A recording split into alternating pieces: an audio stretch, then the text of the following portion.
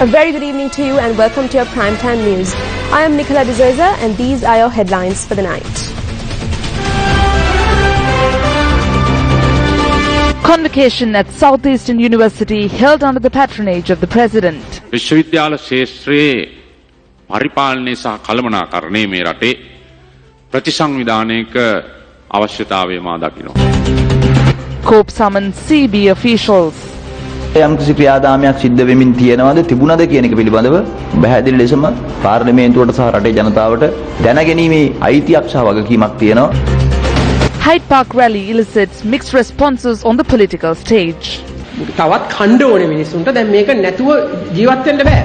ඒ රහ වැටුණු වෘකි ජන වරමක් ඉල්ලන්නේ රට හදන්නද පවුල හදන්න. මුල් සිඳගත් සිල් බිඳගත් පක්ෂයක් බවට ශ්‍රී ලංකා නිදහස් පක්ෂය පත් වෙමින් තිබෙනවා. දැන් ස්වයං වින්දනයක් ලැබනවා අපිට සෙනගින්නවා කියලා කියනවා. බෙදා හිතුවද රැස්වීම වල සෙනග දකින්නකොට අපේ පරදී කිය. Action TV investigates accusations of corruption at the Ministry of Prison Reforms.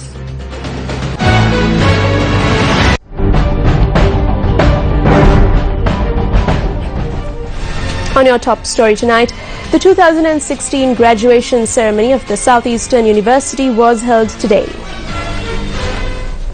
The ceremony was held under the auspices of the university's Vice-Chancellor, Professor A. Mohammad Ishaq at the BMICH. President Maithripala Sirisena attended the ceremony as its chief guest.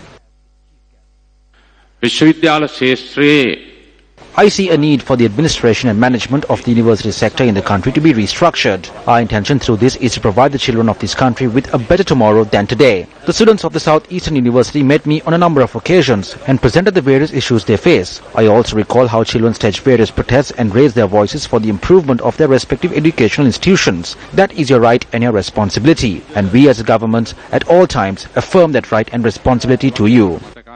වගකීම ඔබට තහවුරු කරනවා. Meanwhile, President Maithripala Sirisena met with the Korean delegation at the President's official residence this morning. The delegation have come forward to construct a Bhikkhu hospital which has been proposed to be constructed at the Kirivattuduwa area in Piliyandala. The meeting to discuss details on the construction of the hospital, which will be fully equipped with 34 rooms, was attended by the delegation led by the head of the Ulsan Chape Bhikkhu Hospital Network, Non-Hang Thero. Following the meeting, President Sirisena presented a tooth relic to the Ulsan Chape Vihara in Korea.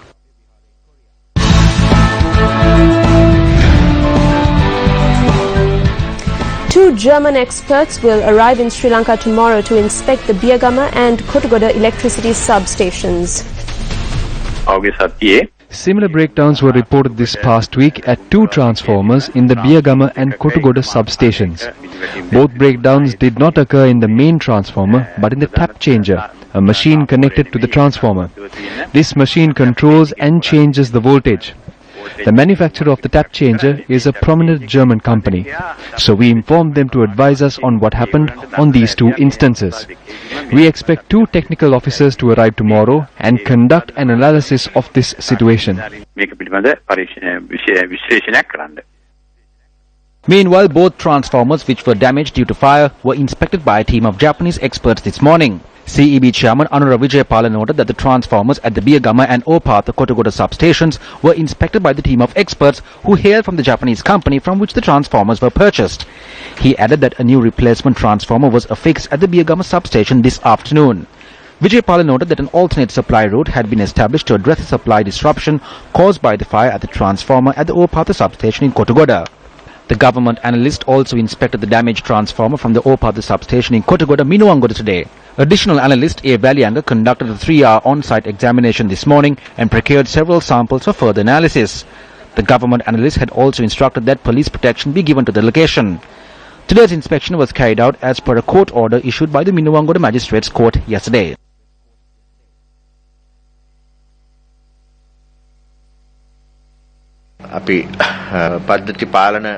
We made some changes in the grid management center. We recruited a few qualified and well-experienced engineers. So with that, we have restored power and restored normalcy. The committee appointed by the President met thrice and held discussions. Tomorrow at 3 p.m, this committee will hold discussions and conclude the activities of the first phase of the report. Meanwhile, the Committee on Public Enterprises in Parliament has summoned officials of the CEB to appear before COPE on the 24th of this month. මීට මාසයකට කලිනුත් අපි About a month ago, when we summoned these officials and sought a clarification on the current state of the CEB, we discovered that there is a large network of companies supplying the CEB with power, transformers, electricity meters and electricity posts. In many instances, it was discovered that those working at these companies were people who used to work at the CEB. So Parliament and the people of this country have a right and a responsibility to discover if there is an organized effort to ensure the collapse of the CEB. දැනගැනීමේ අයිතියක් සහ වගකීමක් තියෙනවා. Meanwhile, the CEB has announced that hydropower generation has been limited due to receding water levels in major reservoirs. 30% of the nation's power supply is being met by hydropower, while 70% is being met by coal and thermal power plants.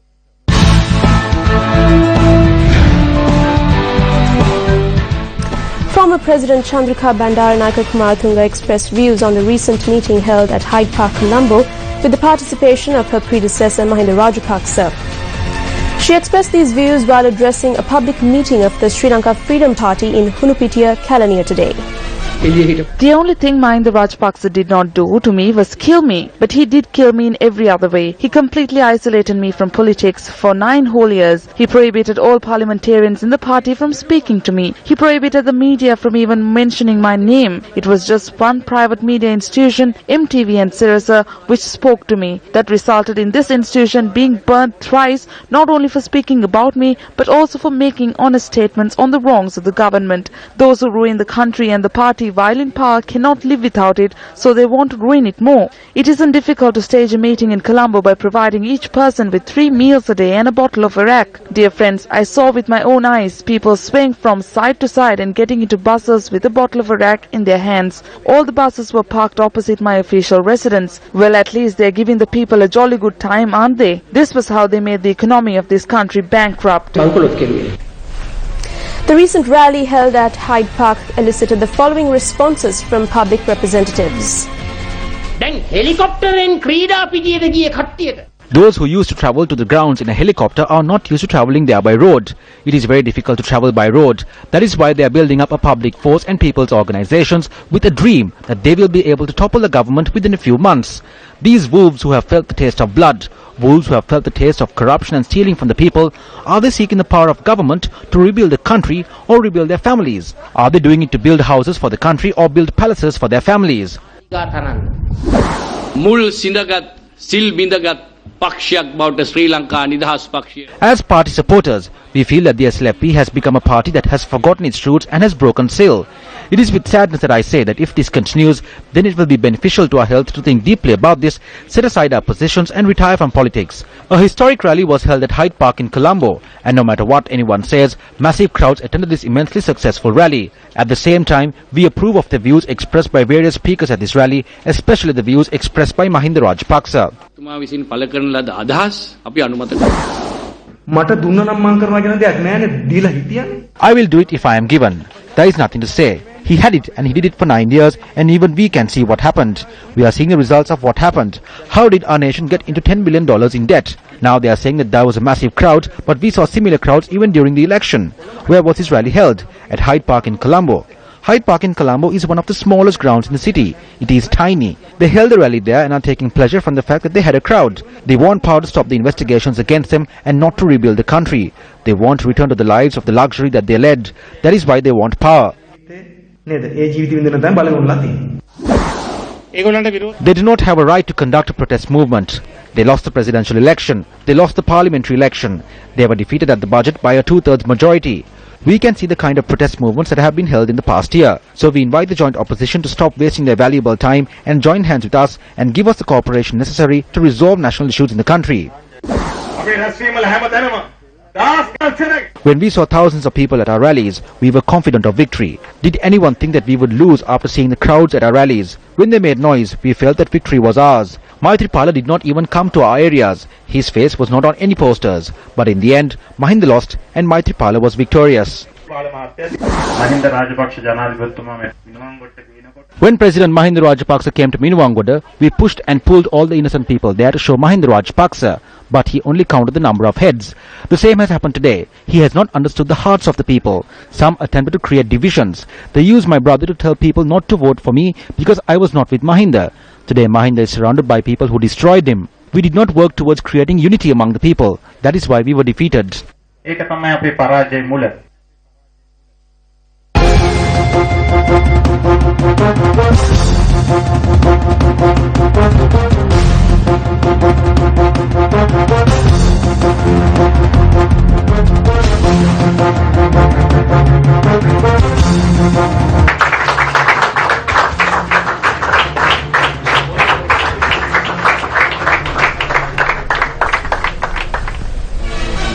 Those were the 4 students who surpassed an important landmark at the GCE ordinary level examinations. They visited the Newsfirst Center in Colombo today.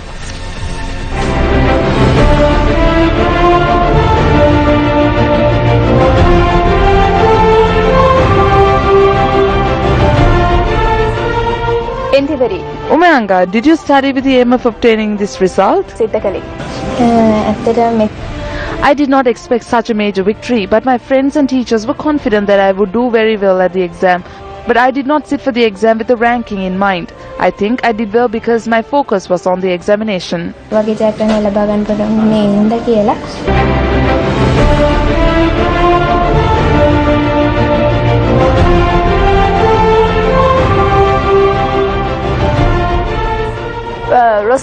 Malina, how did you prepare for the exam?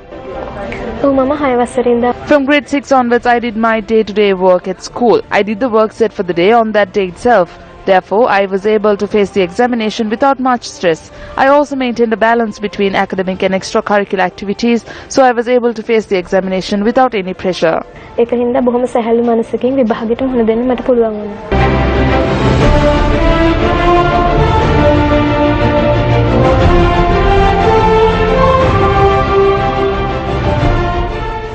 Samal, was this a challenge?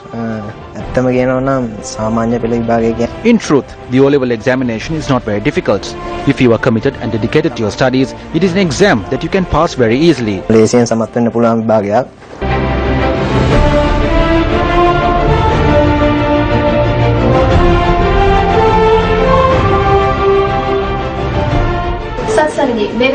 Satsarani, what is the message you would like to give those who are to sit the examination in the future?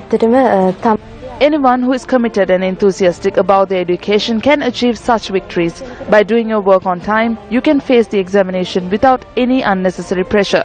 You must have balance between academic and extracurricular activities. While Newsfirst congratulates all students who passed the ordinary level examination, we also wish to remind all students who did not receive the results they expected to make this another stepping stone in their journey to victory.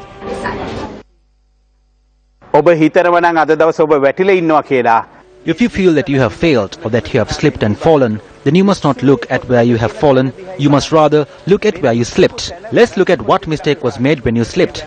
Let us correct that mistake and prepare for the examination once again.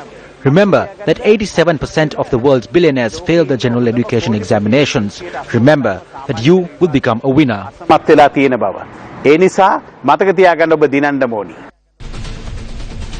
You are watching Newsfirst, and up next is Action TV.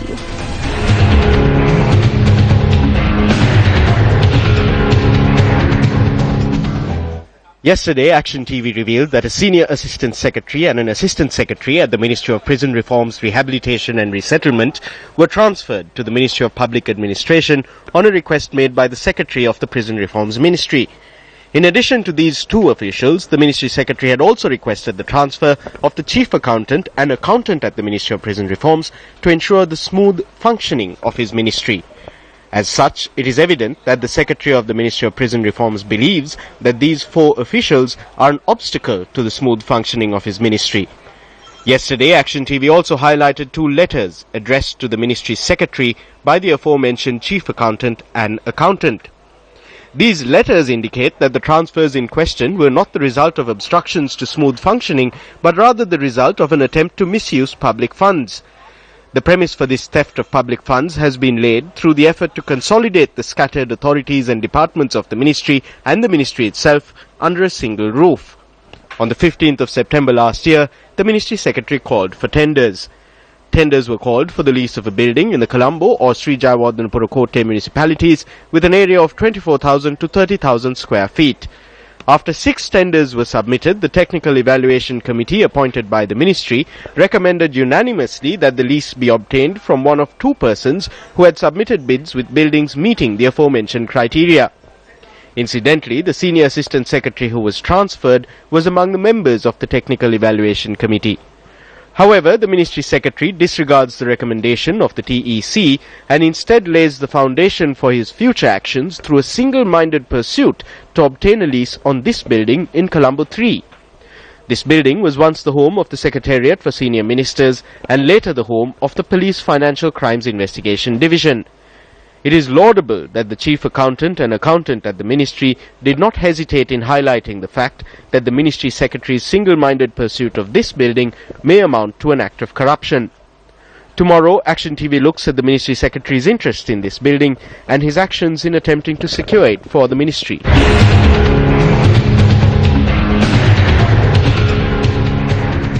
The water issue, which had plagued several areas in the Mathura district, is yet to be resolved. Our correspondent said that the situation has now affected the Mathura town as well. On the 14th of this month, Newsfirst reported on the water crisis that is being experienced in several areas in the Mathura district. The issue, which was limited only to a few areas, is now being experienced in several towns and villages in the district. Even though the National Water Supply and Drainage Board has taken measures to distribute water in bowsers to these areas, residents say that the water supplied is insufficient for their daily requirements. Children can get infected with diarrhea, so we are very reluctant to give this water to children. Last night we got only 1 pot of water. We request you to provide us with good drinking water. The cause of the crisis is attributed to the influx of salt water as a result of the receding water levels of the Nilwala River. Water pumped from the Akurasa, Kadduwa, Balakavala and Nadugala water treatment plants are refined at the Malibada water treatment plant. The National Water Supply and Drainage Board had to close down the Nadugala water treatment plant on several occasions due to the mixture of excessive salt water. The mixture of salt water is an annual occurrence as a result of the reduction of water levels in the Nilwala River. However, no measures have been taken to find a permanent solution to the issue. As a temporary solution to the issue, the Water Board installed a salt barrier on the 14th of this month. However, the area residents charge that this is not a permanent solution to the issue. They still didn't give us a proper solution for this water problem, so we request the authorities to resolve this issue by any means. We can't drink this water even when it is boiled. The sea water is mixed into the water. Meanwhile, Southern Province Education Minister Chandima Rasaputra engaged in an inspection tour to several schools in the Mathura district. The tour was aimed at inquiring into the manner in which the schools have been affected by the water crisis. When we made inquiries from the co-chairman of the Mathura District Development Committee, State Minister Lakshmana Apabe Wardana, he said that a permanent solution will be provided to this water crisis over the next few days. The preliminary steps are underway to implement the M4 scheme. It will take a total of 3 years to conclude this program. No matter how much we tire ourselves for these 3 years, a permanent solution cannot be provided. If a water scarcity comes upon us in the future, there is the Makandura water treatment plant further up to the Kamurupitiya area. We have calculated the amount of bowsers from every institution required to provide water to the Mathura town. If that is not enough, and if we are to face a major water scarcity in the future due to the absence of rain, we are in the process of formulating measures to act according to a plan. A fire broke out at a line of houses down Gothami Mawata in Ballampitiya earlier this evening. The Colombo Fire Service Department said that the fire broke out at around 4:30 this evening. The fire has caused severe damage to a 2-storied house in the area. The cause of the fire is yet to be ascertained.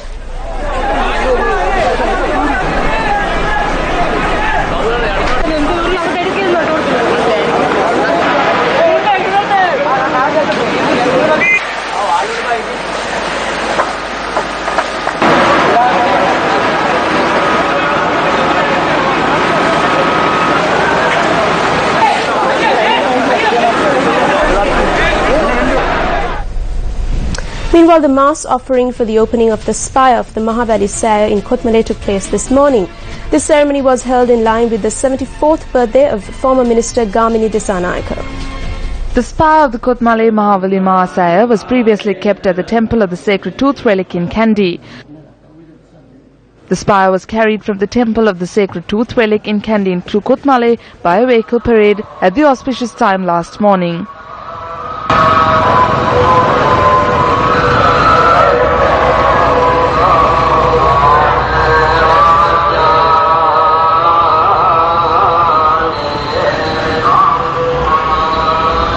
An overnight Dhamma sermon was also held in line with the ceremony. The spire was unveiled this morning at the auspicious time.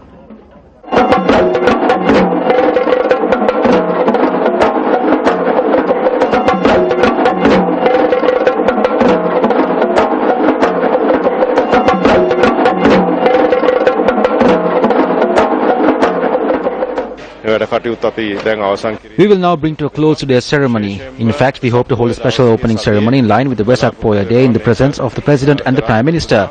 We have now completed 98% of this task.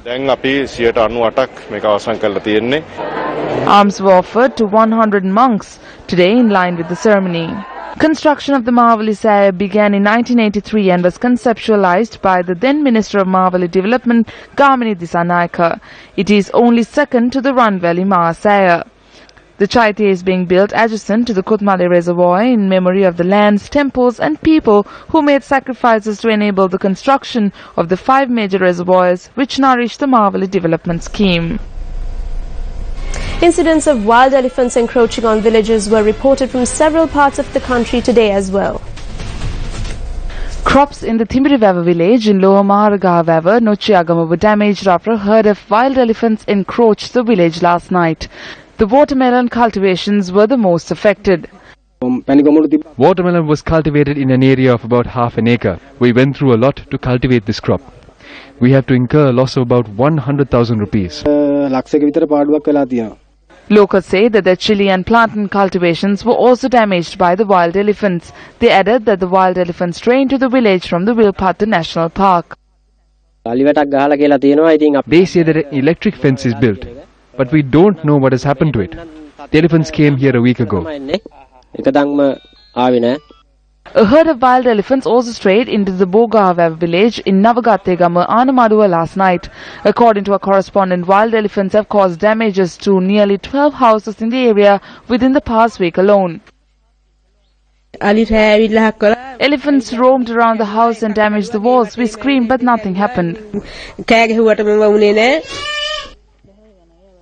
Locals say that the elephants entered the village from the Thabova Reserve. They charge that the garbage which is disposed close to the elephant fence by the Thabova Pradesh Sabha attracts the wild elephants, causing the animals to stray into the village. This is a major problem. Elephants come around 4 in the evening to the houses. The elephants have destroyed my brother's houses. We have to get back home by 4 in the evening. We can't go anywhere. We are afraid of these elephants. We have to go through this every day. Only 1 tractor came to collect the garbage. But now 2 tractors come. The Colombo Wind Orchestra, organized by the Symphony Orchestra of Sri Lanka presenting folk music, was held in Colombo yesterday. The concert, which was held at the Colombo Lionel Venn Theatre, was conducted by Keiko Kobayashi and saw the participation of a number of musicians. The Symphony Orchestra of Sri Lanka is one of the oldest orchestras in South Asia. The SOSL takes special interest in fostering young Sri Lankan talent and dedicates one of its annual subscription concerts to feature young soloists. Chasing a target of 123 for victory, the Windies were on 12 runs for no loss after 0.4 overs. That's all the news for now. For the Newsfirst team, I'm Nicola D'Souza. Take care and good night.